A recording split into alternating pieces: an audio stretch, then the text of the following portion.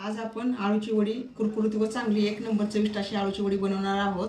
त्यासाठी घेतलेले साहित्य: ओवा घेतलेला आहे, जिरे घेतले, मीठ घेतले, हिरवी मिरची लसूण बारीक करून घेतले, कोथिंबीर चिरून घेतलेली आहे। ही खोबऱ्याची पेस्ट महत्त्वाचा पॉईंट तुम्हाला सांगते, कारण प्रत्येक आळूच्या वडीत खोबऱ्याची पेस्ट वापरणे कुरकुरीत वड्या होतात।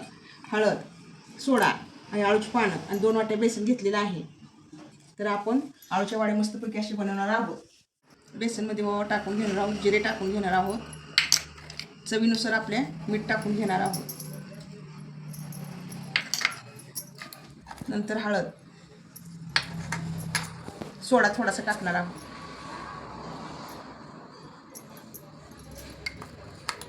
आणि हिरवी मिरची लसूण पेस्ट केलेली आहे। चवीनुसार आपण तिखट टाकणे। आता कोथिंबीर चिरलेली आहे बारीक, पाहू शकता, आपण टाकून घेतलेली आहे। आता खोबऱ्याची पेस्ट, वाळं खोबरं पेस्ट केलेली आहे, यात टाकून घेणे व आता हे पीठ पूर्ण मिश्रण करून घेणे। पाणी ओतून असं मळून घ्यायचं व्यवस्थित, अगदी सगळं मिक्स करून।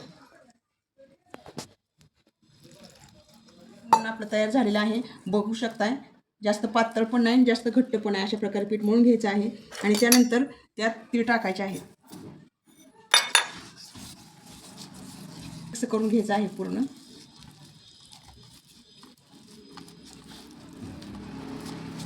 आता आपलं पीठ तयार झालेलं आहे, तर आपण आता पानांना लावून घेऊया। तीळ घालणं हे ऑप्शनच आहे, पण तीळ घातल्यामुळे आळूची वडी एकदम दिसायला पण सुंदर दिसते आणि चविष्ट पण होते।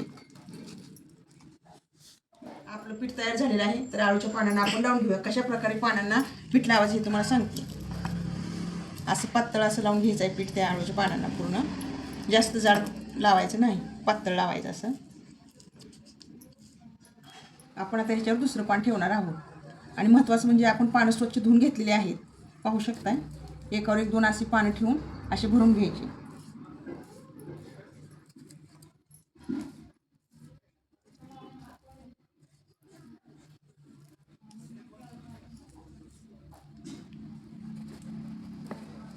रोल करायचा आहे वडीचा,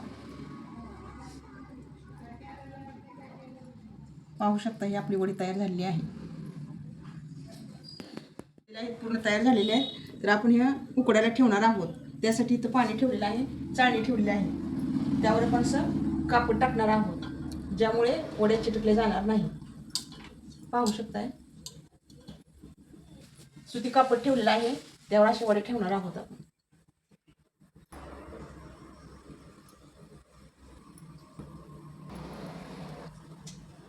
झालेले आहेत, त्यावर आपण असं ताट झाकून घेणार आहोत व 15 ते 20 मिनिटं याला उकडून घेणार आहोत।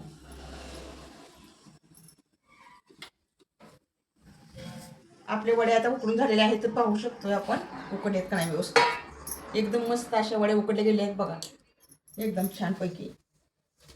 आता आपण त्या काढून घेणार आहोत। हे वडे पूर्ण शिजून तयार झालेले आहेत।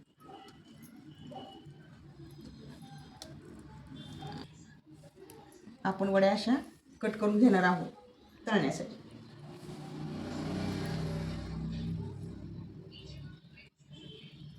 आपण वड्या तळून घेण्यासाठी कढई ठेवलेली आहे व आता तेल ओतणार आहोत।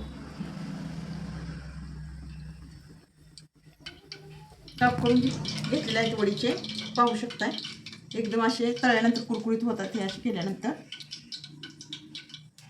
आता तेल गरम झालेलं आहे, पाहू शकताय। आपण अशा प्रकारे वड्या तळून घेणार आहोत।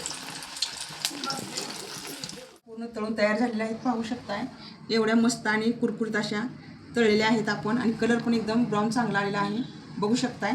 तर तुम्हाला ही वडी मी फोडून दाखवणार आहे कशी झालेली आहे कुरकुरीत, ही पाहू शकताय। एकदम मस्त असे पदर सुटलेले आहेत, पाहू शकताय। ही वडी किती कुरकुरीत झालेली आहे। तर मैत्रिणींनो, हा व्हिडिओ आवडला असेल तर ही रेसिपी जरूर करून पहा, त्याला सबस्क्राईब व लाईक करा।